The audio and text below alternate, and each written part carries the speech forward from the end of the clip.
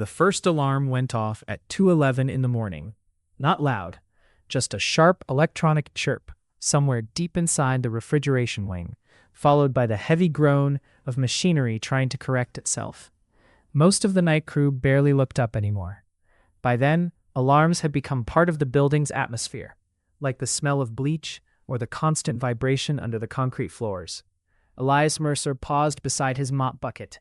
The corridor lights buzzed faintly overhead, washing the walls in a tired blue-white glow. Steam drifted from a nearby pipe joint and curled across the floor before disappearing beneath the loading bay doors. Another chirp, then silence. Elias stood still long enough to hear the second sound underneath it, a metallic hesitation. 3 beats, then a stutter. His eyes shifted toward the refrigeration sector at the far end of the hallway. Someone cursed behind the control room glass. Pressure dropped again. That's the 4th time tonight. We already replaced the regulator. Then it's not the damn regulator. Voices layered over each other. Frustrated, running on caffeine and no sleep. Elias lowered his mop slowly. The vibration beneath the floor had changed. Most people wouldn't notice it. It was subtle, almost buried beneath the compressor hum. But he noticed. The same way a mechanic notices an engine missing half a breath. The same way a musician hears a piano string slipping out of tune. He resumed mopping, slowly, methodically. The overnight shift at Belmere Foods Processing moved like an exhausted organism. Forklifts rolled through the shipping lanes carrying frozen inventory, while workers in insulated jackets stamped warmth back into their hands. Outside, snow pressed against the high-loading dock windows, blurring the orange security lights into soft halos. The plant had been running unstable for months. Everyone knew it. Nobody talked about it directly. Layoffs floated through conversations in pieces. Mortgage payments, reduced hours, Christmas bonuses canceled. Now January was nearly over, and the machinery still wasn't right. Elias pushed the mop toward a drain grate and listened again. There, a faint knocking pulse inside the compressor cycle. Not random, rhythmic. He felt his stomach tighten. No. His eyes narrowed slightly. Maybe. A young engineer hurried past him carrying a tablet and a stack of printed diagnostics. Nina Alvarez. 26 maybe. Smart. Exhausted. Dark circles under her eyes that makeup no longer covered. She nearly slipped on the wet concrete. Careful, Elias muttered. Sorry. She steadied herself without stopping, then paused. You hear that? He asked quietly. Nina blinked. Hear what? Elias tilted his head toward the refrigeration corridor. For a second she listened. The compressors rumbled heavily behind the walls, fans spinning, pipes clicking. I hear a lot of things, she said with a tired smile. Then she disappeared into the control room. Elias watched the door close behind her. He almost said something else. Almost. Instead, he went back to work. By 2:46 a.m., the plant temperature dropped 3 degrees. Not enough to trigger evacuation protocol. Enough to make people nervous. Supervisor Cal Barnes stormed across the production floor, pulling off his gloves. What changed? We don't know yet. You told me the bypass system fixed it. It did, for a while. Isn't helping me at $6 million a week. Nobody answered him after that. Cal rubbed both hands over his face. He looked like a man aging and fast forward. Heavy coat half-zipped. Coffee stains on his clipboard. Wedding ring turned inward on his finger. Plants dying slowly always looked the same. Not dramatic, just tired people pretending they still had control. He emptied dirty water into a maintenance sink.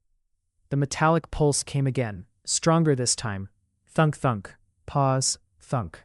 Elias closed his eyes. His fingers tightened unconsciously around the mop handle. Some sounds never really leave you. 20 years disappeared for a moment. Heat, grease, a wrench slipping from someone's hand, the roar of a ruptured pressure line, a man screaming once, then not again. Elias opened his eyes immediately. The memory vanished, but not completely. It never vanished completely. He dried his hands carefully on a rag hanging from his belt. Across the floor, Nina emerged from the control room arguing softly with another engineer. No, the fluctuation starts before the pressure spike. That doesn't make sense. I know it doesn't. You think it's electrical? I think we're looking in the wrong place. Elias glanced toward the old refrigeration wing, Section C. Most of it had been retrofitted years ago, but portions of the original pipe system still remained behind the newer infrastructure. He stared a little too long. Nina noticed. You know something about refrigeration systems? She asked casually. The question landed harder than she intended. Elias looked down at the floor first, then shrugged. Used to fix things. What kind of things? Industrial. Her attention sharpened slightly. Before she could ask more, another alarm sounded, this one louder. The floor shivered beneath their feet. Workers stopped moving, not frozen in panic, just listening. A deep, grinding noise rolled through the walls like distant thunder. One of the compressors coughed violently and powered down. Damn it, somebody whispered. Cal grabbed a radio immediately. Backup sequence now. Already trying. Try harder. The emergency lights flickered once, then stabilized. Nina looked toward the refrigeration corridor again. Elias noticed something in her expression now. Not arrogance, not dismissal. Desperation. The kind that slowly replaces pride after months of failure. Elias spoke before he fully decided to. Got a flashlight? She turned toward him. What? A flashlight. The room around them kept moving, radios crackling, boots scraping concrete, forklifts reversing somewhere in the distance. Nina stared at him for a moment too long. Then she reached into her tool bag and handed him a narrow black flashlight. You seeing something? Elias didn't answer immediately. That old hesitation returned, the instinct to walk away, to stay invisible. Safer that way. He clicked the flashlight on and headed towards Section C. The farther back he walked, the older the building felt. The renovated sections gave way to exposed bolts, aging pipe insulation, faded safety markings painted decades earlier. The air changed too, colder, damper. The compressor hum echoed differently here. Elias moved slowly along the wall, listening more than looking. Thunk, thunk. Pause. Thunk. There, near floor level behind an unused maintenance panel, partially hidden by stacked pallets. Dust coated the hinges. Nobody had opened it in years. Elias crouched carefully, knees cracking softly. He aimed the flashlight through the vent slits. Then he saw it, a narrow secondary bypass valve, trembling against the pressure line. Not broken, misaligned, barely, just enough to create intermittent cavitation through the compressor cycle. His expression tightened. Such a small thing, months of chaos caused by a shift no wider than a coin edge. Behind him, footsteps approached. Nina. What is it? Elias didn't answer at first. He reached for the rusted latch. For a brief second his hand stopped. Memory again. The accident. The sound. The guilt. Then he exhaled slowly and pulled the panel open. The machinery behind the wall vibrated violently. Elias listened to it like someone listening to an old enemy breathe. Then very gently, he smiled. The valve was trembling hard enough to rattle the copper brackets around it. Elias angled the flashlight closer. A thin layer of frost coated the secondary line, but beneath it, he could see the real problem now. Not failure, not corrosion, fatigue. Years of vibration had slowly loosened the alignment collar, connecting the bypass assembly to the compressor feed. Every few hours, pressure fluctuations forced the valve slightly off-center. Then the entire refrigeration system compensated in waves. The newer engineers had been chasing electrical faults, software faults, sensor faults. But the problem wasn't digital. It was mechanical. Old-fashioned mechanical. Nina crouched beside him, breathing lightly through the cold. What am I looking at? Elias rubbed frost from the pipe with his thumb. See that gap? She leaned closer. At first she frowned, then her eyes narrowed. Oh. Valves drifting under pressure. That tiny shift is causing all this? It's enough. The compressor groaned again, somewhere deep in the wall. Elias listened carefully. Not panicked, focused, like a man hearing an old language he hadn't spoken in years. Nina looked at him differently now, not as the janitor, not exactly. You figured this out from the sound? Elias sat back slightly on his heels. Machines talk. That's not really an answer. A faint smile touched the corner of his mouth. It's the only one I got. Behind them, hurried footsteps echoed through the corridor. Cal Barnes appeared, coat still unzipped, radio clipped crookedly against his chest. What's going on? Nina pointed toward the exposed valve. I think this is our issue. Cal stared blankly at the assembly. That? Elias nodded once. Cal looked unconvinced. We've had 3 engineering teams inspect this system. Nobody checked the old bypass housing, Nina said quietly. Cal's eyes shifted between them, then toward Elias. For the first time since Elias started working at Belmere, nearly 4 years earlier, The supervisor actually looked at him instead of past him. You worked maintenance before? Elias stood slowly, joints stiff from the cold floor. A long time ago. What kind of maintenance? Industrial refrigeration mostly. Cal blinked hard. You're telling me the janitor used to work industrial systems? Elias wiped his hands on a rag. Used to. There was no pride in the answer, only distance. Cal let out a short breath through his nose, half disbelief, half exhaustion. Can it be fixed? Elias looked back at the valve. Probably. Probably? It's old equipment, might fight us. Can you do it? That question settled heavily in the corridor. Elias didn't answer immediately. The compressor pulsed again through the wall. Thunk, thunk, pause, thunk. His chest tightened slightly. He remembered another plant, another night shift, another supervisor asking if something could hold until morning. I can try. Cal glanced toward Nina, silently asking whether this was insane. Nina surprised him. Let him. The next 30 minutes unfolded quietly. No dramatic speeches, no miracle montage, just cold hands, old tools, and careful attention.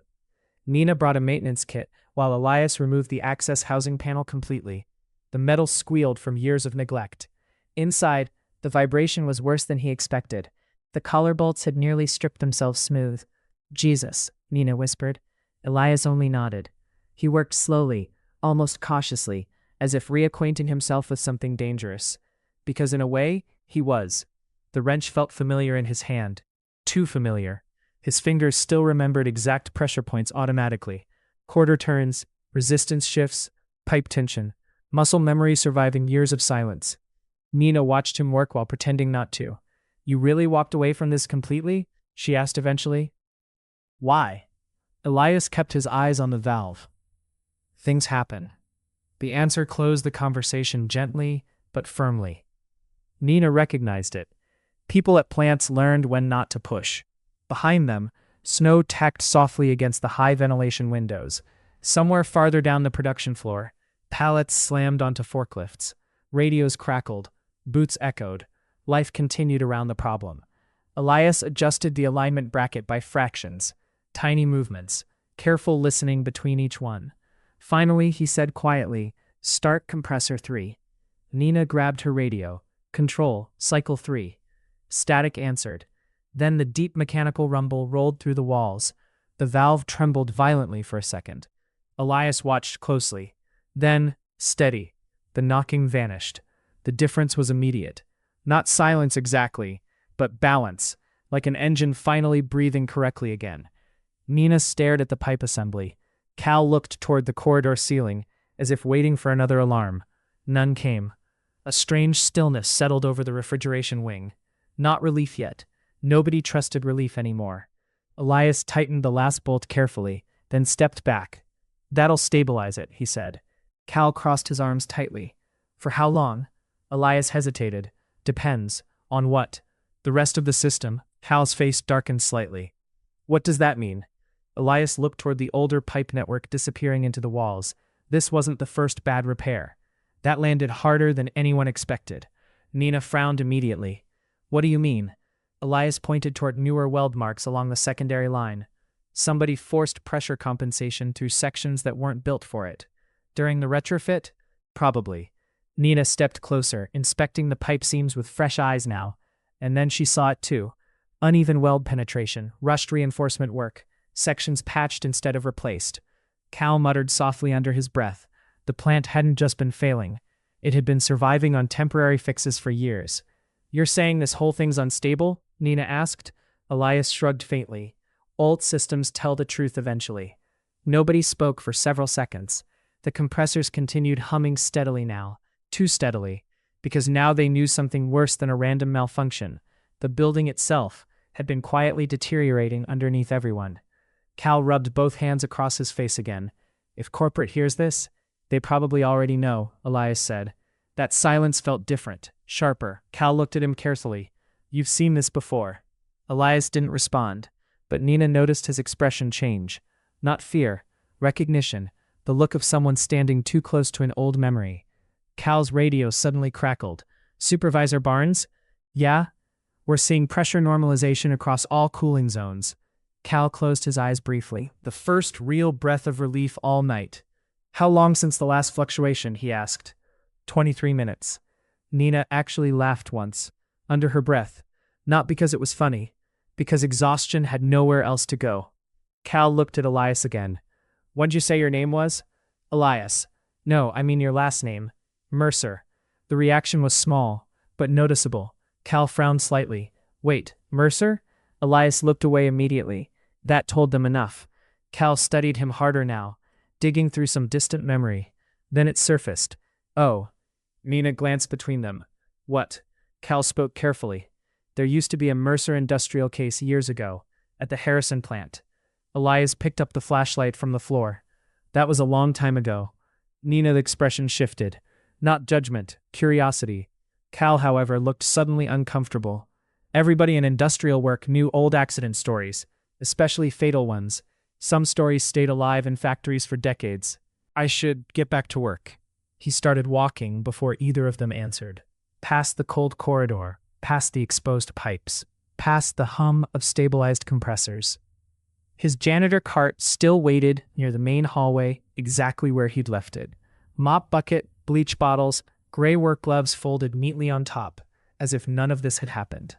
Behind him, the machinery finally settled into a smooth, steady rhythm for the first time in months.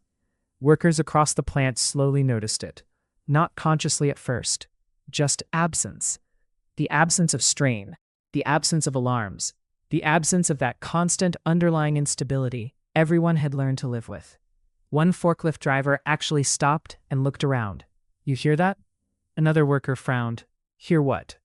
The driver listened another second, then smiled slightly. Exactly.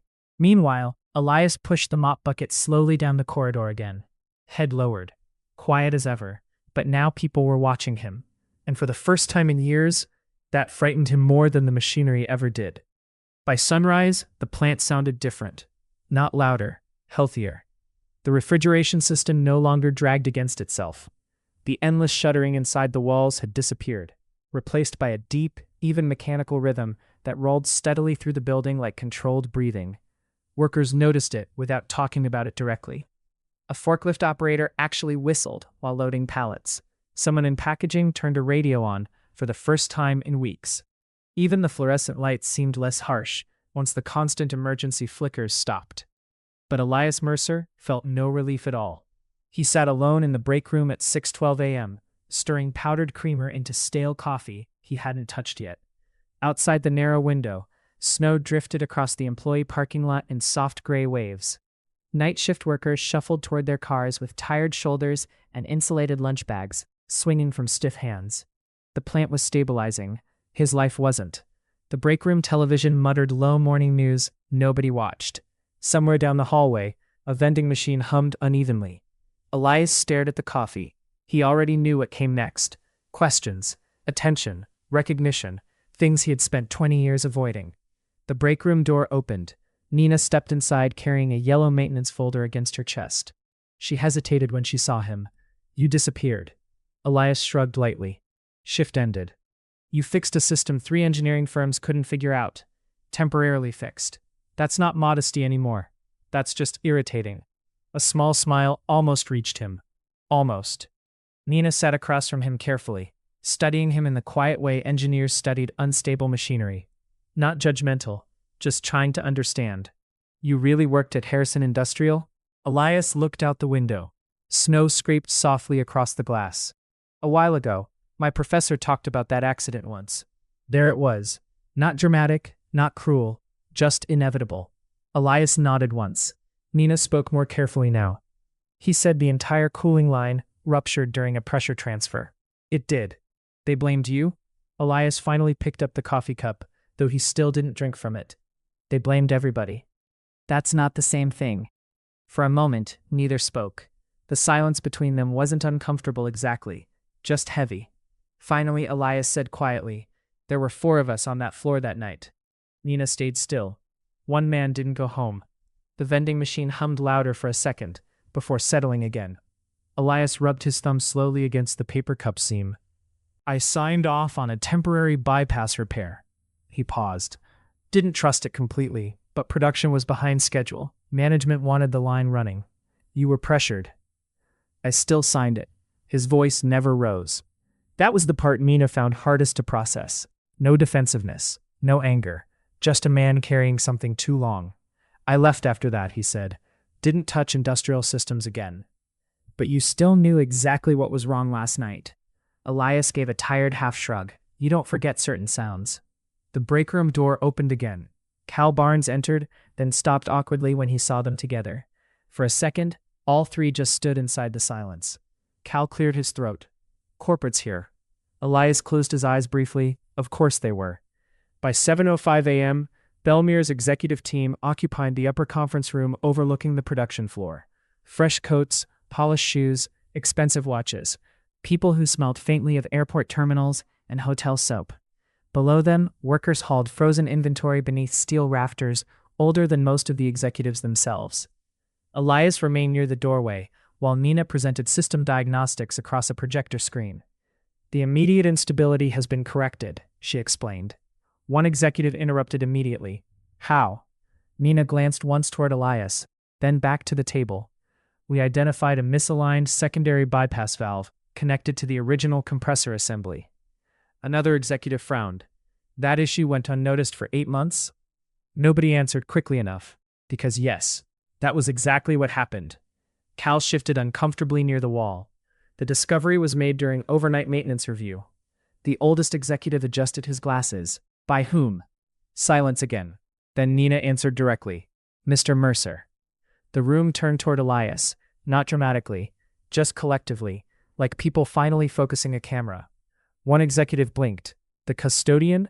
Elias hated that word for some reason. Not because it was insulting, because it reminded him how invisible he'd become. I work nights, he said simply. The executive looked confused more than dismissive. And your engineering background is? I don't have one. Technically true. No degree, no title. Just 30 years of experience buried under old mistakes. Nina stepped in before the room drifted the wrong direction. He diagnosed a mechanical instability everyone else missed. The executive studied Elias carefully, then asked the question Elias feared most. Why are you working as a janitor? Nobody moved. Below the conference room windows, forklifts continued gliding through the loading lanes. Workers scanned inventory. Steam rose slowly against the winter glass. Life continuing, while old wounds reopened upstairs. Elias could have lied, could have simplified it, because somebody died at the last plant I worked in. No one interrupted him after that. The room changed. Not sympathy exactly, perspective. The executive leaned back slowly. And now? Elias looked through the glass toward the production floor below. Now your system's still unstable. That got their attention immediately. Nina opened the maintenance folder. He's right. The valve issue was the symptom, not the disease. She laid out photographs of aging pipe sections and compromised weld points. Corporate silence settled heavily around the table. Not outrage, math. Executives calculating cost, risk, liability. Elias recognized the look instantly. Same look from 20 years earlier. Only this time, something inside him shifted, because now he understood something he hadn't understood back then. Silence could also be a decision. One executive finally spoke. What would you recommend? The question surprised everybody, including Elias. He stared at the photographs for a long moment, then answered honestly. Shut down. Cal inhaled sharply. The executives exchanged looks immediately. That would cost millions. Elias nodded. So will waiting. You're certain? No. Elias met the man's eyes calmly. That's the point. The room fell quiet again. Outside, snow continued drifting over the loading docks. Nina watched Elias carefully now, not as a broken man, not as a janitor, as someone finally speaking without hiding. An hour later, the decision came down. Partial shutdown, full infrastructure inspection, 3 weeks minimum. Workers would remain employed during repairs. That last part mattered most. Cal actually sat down when he heard it, exhaustion pouring out of him all at once. People keep their jobs, he muttered quietly. Nobody celebrated. Factories rarely celebrated, but relief moved through the building anyway, in quieter ways, shoulders loosening, breaths releasing, voices softening. Near the end of shift turnover, Elias returned to the refrigeration corridor one last time. The old maintenance panel still hung open. Inside, the corrected valve hummed steadily beneath a thin layer of frost. Nina approached beside him. You know they're going to ask you to stay involved. Probably. You going to? Elias looked at the machinery, at the pipes, at the years he'd spent running from all of it. Then he surprised himself. Maybe part-time. Nina laughed softly. That's the most commitment I've heard from you yet. Elias smiled properly this time. Small. Real. For the first time in years, the sound of industrial machinery no longer felt like punishment, just work. Cold air drifted through the corridor as morning crews arrived for shift change. Boots echoed. Radios crackled. Someone somewhere complained about coffee. Life moved forward again. And before leaving, Elias reached over quietly and closed the maintenance panel himself. The shutdown began on a Thursday morning under freezing rain. Not dramatic rain. The miserable kind that soaked through jackets slowly and turned the parking lot into gray slush. By 6 o'clock a.m., Belmere Foods looked less like a production plant and more like a hospital preparing for surgery. Conveyor lines stood still. Forklifts rested in charging bays. Steam no longer rose from the rooftop vents in heavy clouds. The silence unsettled people. Factories weren't supposed to be quiet. Elias noticed it immediately when he walked in. Without the compressors running, the building revealed smaller sounds usually buried beneath machinery. Dripping pipes, fluorescent hum, distant footsteps through empty corridors, metal contracting in the cold. The place sounded older now, more honest. He signed in at the security desk, while workers gathered near the cafeteria for temporary reassignment meetings. Nobody called him janitor anymore. That part bothered him more than it should have. Some nodded respectfully now, some stared too long, others whispered after he passed. Recognition had weight to it, and Elias had spent 2 decades learning how to live without it. Morning, Mercer. He turned. Cal Barnes approached carrying rolled blueprints under one arm and 2 coffees in the other. Cal handed him one awkwardly. Black, I guessed. Elias accepted it carefully. You guessed right. For a second, they stood near the entrance, watching workers move through the dim building. Cal rubbed the back of his neck. You know, half these people think you saved the plant. I tightened a valve. You did more than that. Elias looked down into the coffee cup. Steam curled softly into the cold lobby air. People always say things like that after problems end, he muttered. Cal studied him. And what do you say? That problems don't end. They change shape. A nearby pallet jack squealed across the concrete floor. Cal almost smiled. That's either wisdom or depression. By mid-morning, engineering contractors flooded the facility.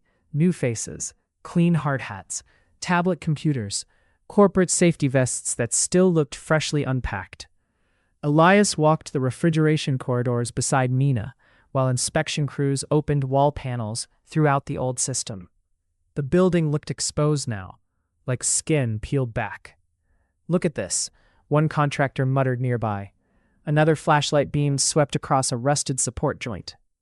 Who signed off on these reinforcements? No idea. Some of this patchwork is 15 years old minimum. Nina folded her arms tightly. They kept delaying full replacement. Of course they did. Every few minutes, another hidden issue surfaced. Cracked welds, temporary bypasses, stress fractures, undocumented modifications, outdated pressure regulators. The deeper they looked, the clearer the truth became. Belmere hadn't nearly failed overnight. It had been quietly falling apart for years, while people kept improvising survival. Elias stopped near Section C again. The maintenance panel he'd repaired remained open. A contractor crouched beneath it, inspecting the corrected valve alignment. She's stable now, the contractor admitted. Nina glanced sideways at Elias. He knew that already. The contractor looked up. You really diagnosed this by ear? Elias shrugged faintly. Partly. The contractor laughed softly. That's insane. No, Elias said quietly. It's experience. The man didn't know how to answer that. Most younger technicians trusted diagnostics first. Elias came from an older generation, one trained to feel vibration through pipe walls and detect imbalance from changes in air pressure. Factories used to teach people like craftsmen. Now they trained systems operators. Neither way was wrong exactly, just different. By noon, the rain outside became sleet. Workers crowded the cafeteria during break reassignment meetings, while temporary repair schedules got pinned across bulletin boards. Elias sat alone near the back wall, eating canned soup from a paper cup. Half the room buzzed with nervous conversation. How long you think this shutdown lasts? They say 3 weeks. You believe that? No. Still better than layoffs. That last sentence traveled through the room quietly. Still better than layoffs. Elias lowered his spoon slowly. Across from him, a young maintenance worker named Travis hesitated before sitting down. Mind if I? No. The kid sat carefully. 23 maybe. Thin, nervous energy. Grease stains permanently worked into his fingernails. After a moment he asked, You really worked refrigeration systems before? Elias kept eating. Some. My dad used to. Elias nodded politely. Travis leaned forward slightly. He said older guys could hear problems before instruments picked them up. Sometimes.